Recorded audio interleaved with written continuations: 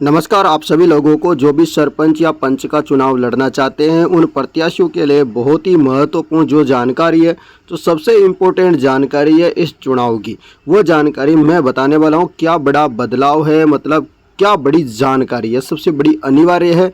अब 1/6 वोट होते हैं वो आपको मिलना बहुत ही अनिवार्य है, नहीं तो क्या होगा और वो सारी जानकारी बताऊंगा। साथ ही में चुनाव कब होंगे, आप लोगों के जो सरपंच या पंच के चुनाव लड़ना चाहते हैं, जो अभी वर्तमान सरपंच है या सरपंच बनने वाले हैं, वो सारे के सारे जब भी चुनाव लड़ेंगे, ठीक है।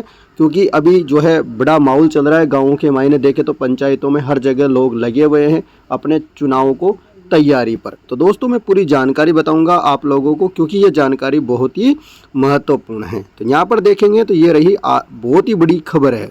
खबर है प्रत्याशी को कुल पड़े मतों का कम से कम 1/6 वोट प्राप्त करना अनिवार्य है। कैसे है वो सारी जानकारी बताऊंगा।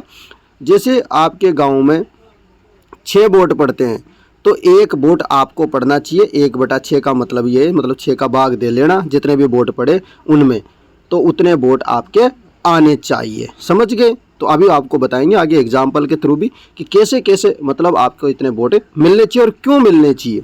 पंचायत चुनाव को लेकर नियमों को स्पष्ट किया जा चुका है। इस वक्त की बड़ी खबर है यह आप लोगों के लिए। आप लोगों को मेरी तरफ से तो सबसे पहले तो बड़ी शुभकामनाएं, क्योंकि आपके अप्रैल में मेरे को लग रहा है चुनाव हो जाएंगे। राजस्थान में होने वाले पंचायत चुनावों को लेकर राज्य निर्वाचन आयोग ने जमानत राशि से जुड़े नियमों को स्पष्ट कर दिया है। आयोग के अनुसार पंचायत चुनाव लड़ने वाले किसी भी प्रत्याशी को कुल मतों का कम से कम 1/6 मतलब 1/6 वोट जो है मिलना बहुत अनिवार्य है। छठा भाग मतलब जितने वोट पड़े उसका छठा भाग तो आपको मिलना अनिवार्य होगा। यदि वोट नहीं मिलते हैं इतने तो क्या होगा वो भी बता देता हूँ।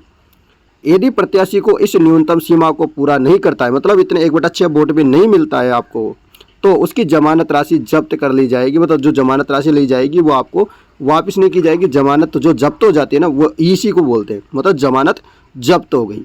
ये प्रावधान राजस्थान पंचायती राज निर्वाचन नियमों में पहले से ही शामिल है, लेकिन जानकारी के अभाव में कई प्रत्याशी को इसकी सही समझ नहीं होती है। इसी कारण से आयोग ने नियमों को फिर से दोबारा दोस्तों क्या किया है, सार्वजनिक किया है। दोबारा से फिर बताया है कि जो है ये जानकारी बहुत लोगों को पता नहीं थी। जैसे आपने भी बहुत लोगों ने पहली बार सुना होगा कि जमानत जब्त कैसे होती है और कितने वोट आना जरूरी है तब जब्त होती है। बताता हूँ आगे और कितने रुपए जमा होते हैं वो भी बताऊँगा। आगे देखेंगे यहाँ पर तो किसी ग्राम पंचायत में कुल, जैसे एग्जाम्पल मान लेते हैं, किसी ग्राम पंचायत में कुल जैसे 900 वोट है, मत पड़े हैं, तो प्रत्याशी को जमानत बचाने के लिए कम से कम 150, यानी कि आप 900 में 6 का भाग दोगे तो आपको कम से कम 150 वोट आपके आना चाहिए। 150 से ज़्यादा आ जाए तो कोई दिक्कत नहीं, 150 से कम आए तो आपको समस्या है, आपकी जमानत जब्त हो जाएगी। वो ये एग्जाम्पल है। आपके गाँव में हो सकता है ज़्यादा भी वोट हो, 3000 भी वोट हो, वो अलग बात है, परंतु इतने कम से कम वोट, जितने वोट पड़ते हैं, जितने वोट हैं नहीं उतने नहीं, जितने वोट पड़ेंगे। जैसे वोट तो है 5000, पड़े 3000 है, तो 3000 का आपको 1/6 भाग आपको मिलना चाहिए कम से कम। समझ गए। प्राप्त करना जरूरी होगा। यदि कोई प्रत्याशी केवल 120 वोट ही हासिल करता है, जैसे मान लो 150 तो कम से कम होने चाहिए, जैसे मान लो उसको 150 नहीं मिला, 120 वोट हासिल कर लिए, तो पता है तो उसकी जमानत राशि जब्त हो जाएगी। जो आपने जमानत राशि जमा करवाई है वो जब्त हो जाएगी और आपके लिए बोला जाएगा आपकी जमानत जब्त हो गई। यहाँ तक कि यदि किसी पद पर मुकाबला कमजोर हो और प्रत्याशी निर्वाचित भी हो जाए, लेकिन उसे मान लो सारे के सारे चुनाव में मतलब 6 प्रत्याशी खड़े, सबको वोट मिल गए, जो न्यूनतम वोट मिलने चाहिए उससे भी कम सारों को, तो फिर वो सब क्या हो जाएंगे, जमानत जब्त। तो 1/6 मत नहीं मिलते हैं तो जमानत वापसी नहीं मिलेगी किसी को भी। नियम सरपंच पद के साथ साथ पंचायत समिति सदस्य और जिला परिषद सदस्य पर भी समान रूप से ये लागू होता है। किस किस पे लागू होता है ये? सरपंच के पद पे, पंचायत समिति के सदस्य और जिला सदस्य के रूप में जो है ये लागू होता है। आगे मैं बात करूंगा कितने रुपए जमा करने होते हैं। सामान्य वर्ग के प्रत्याशी के लिए जमानत राशि 500 रुपये।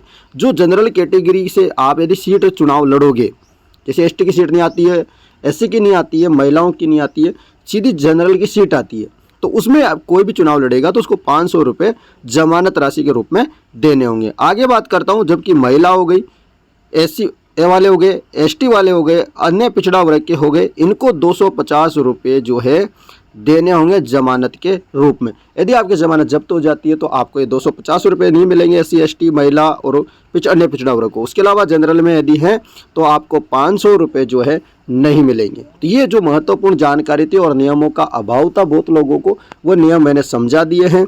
फिर भी कोई समस्या है तो आप कमेंट कर देना, हो सकेगा तो हम उसकी भी समाधान करने की कोशिश करेंगे। इधर उधर से पता करेंगे, हमें कोई जानकारी नहीं पता होगी तो आपको पर ज़रूर बताएंगे। आप लोगों को ये जानकारी जो जमानत जब्त होने वाली है, किस प्रकार से जमानत जब्त होती है और जमानत में कितना रुपया लगता है, वो जानकारी मैंने आपको बता दी। अब भी कोई समस्या है तो मुझे आप कमेंट कर देना। आप सभी लोगों को मेरी तरफ से शुभकामनाएं। आप अच्छे से आपकी पंचायत का भला करते रहिएगा और आगे भी लंबे समय तक चुनाव जीते रहिएगा।